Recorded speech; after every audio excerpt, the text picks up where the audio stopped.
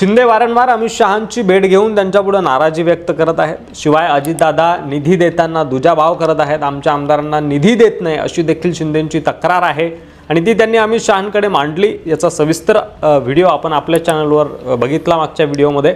आता हे काय कमी होतं की तिकडे भाजप सातत्याने शिंदेंना ठाण्यात धक्क्यावर धक्के देत आहे किंवा शिंदेंची ठाण्यामध्ये कोंडी करत आहे असं म्हणायला हरकत नाही। गणेश नाईक यांनी शिंदेंच्या बालेकिल्ल्यात जनता दरबार लावला, त्यानंतर इतरही ठिकाणी जिथे शिंदेंचे आमदार आहेत तिथं भाजपाचे नेते जनता दरबार घेताना दिसतायत किंवा घेण्याचा निर्णय काहींनी घेतलाय। आणि आता तर हद्दच झाली, थेट शिवसेनेचा माणूस फोडून फडणवीसांनी शिंदेंची डोकेदुखी आणखी वाढवली आणि ठाण्यात त्यांची कोंडी करण्याचं पक्क ठरवलंय देवेंद्र फडणवीस यांनी असं दिसतंय। ठाणे महापालिकेची निवडणूक स्वबळावर लढवण्याचा आणि जिंकण्याचा इरादा भाजपच्या स्थानिक नेत्यांनी अनेकदा जाहीर बोलून दाखवलाय। या इराद्याला आणखी बळ देण्याच्या अनुषंगानं इतर पक्षातील नाराज पदाधिकाऱ्यांचा भाजपात पक्षप्रवेश करून घ्यायचा आणि शिंदेंच्या बालेकिल्ल्यात आपली ताकद वाढवायची, म्हणजे आपोआपच शिंदेंची बार्गेनिंग पॉवर कमी होते असं काहीतरी एकंदरीत कूटनीती देवेंद्र फडणवीस यांची दिसते।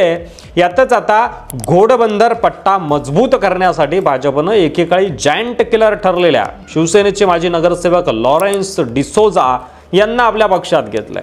रविवारी त्यांचा पक्षप्रवेश पार पडला। लॉरेन्स डिसोजा यांचा भाजप प्रवेशाचा थेट फटका हा शिवसेना उद्धव ठाकरे बाळासाहेब गटाला आणि एकनाथ शिंदे यांच्या शिवसेनेला बसण्याची शक्यता आहे।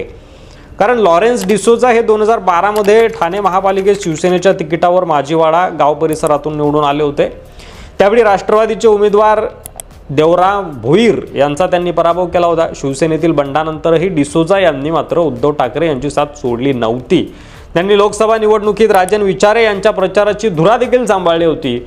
पण आता माजीवाडा प्रभागातील पॅनलमध्ये शिवसेना उद्धव बाळासाहेब ठाकरे पक्षाचे भवितव्य संपुष्टात आल्याचं त्यांना एकंदरीत दिसतंय आणि यंदा तिकीट मिळण्याची अपेक्षा त्यांची मावळली होती आणि त्यामुळे भविष्याचा वेध घेत त्यांनी भाजपमध्ये प्रवेश केलाय असं दिसतंय। मात्र त्यांच्या या पक्षप्रवेशामुळे माजीवाड्यात भाजपची ताकद वाढली आहे। त्यांच्यासोबत त्यांची कन्या स्टेफनी डिसोजा आणि इतर कार्यकर्त्यांनी देखील भाजपमध्ये प्रवेश केलाय। लॉरेन्स डिसोजा यांना प्रवेश देत भाजपने ताकद वाढवलेला माजीवाडा प्रभाग हा शिवसेना आमदार प्रताप सरनाईक यांचा बालेकिल्ला समजला जातो।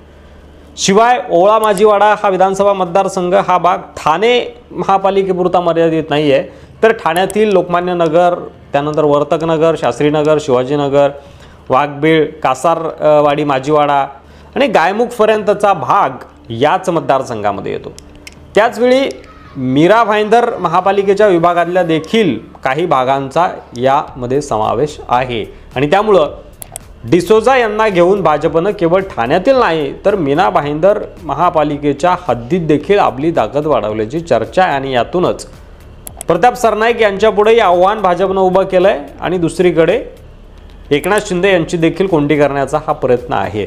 त्यामुळे येत्या काळामध्ये महापालिका निवडणुका या ठिकाणी भारतीय जनता पार्टी स्वबळावर लढतं का, त्या दिशेनं भारतीय जनता पार्टीची रणनीती आखणं सुरू आहे का? कारण शिंदेंच्या बालेकिल्ल्यामध्ये जनता दरबार घेणं असेल, इतर पक्षातील नेते शिंदेंच्या विरोधात आपल्या पक्षात घेऊन त्यांना ताकद देणं असेल, अशी एकंदरीत जी रणनीती दिसते ती शिंदेंची कोंडी करण्यासारखीच सध्या तरी बाहेरून बघताना दिसते। यावर तुम्हाला काय वाटतंय? शिंदेंना आता वापरून झालंय आणि हळूहळू भारतीय जनता पार्टी शिंदेंना साइडलाइन करते का? तुमचं मत कमेंट बॉक्समध्ये लिहायला विसरू नका। व्हिडिओ जर आवडला असेल तर जास्तीत जास्त शेअर करा। मराठी मंडळीवर नवीन असाल, अद्याप सबस्क्राइब केलं नसेल तर सबस्क्राइब करायला देखील विसरू नका। पुन्हा भेटू पुढच्या व्हिडिओमध्ये, तोपर्यंत रजा घेतो। धन्यवाद। जय महाराष्ट्र।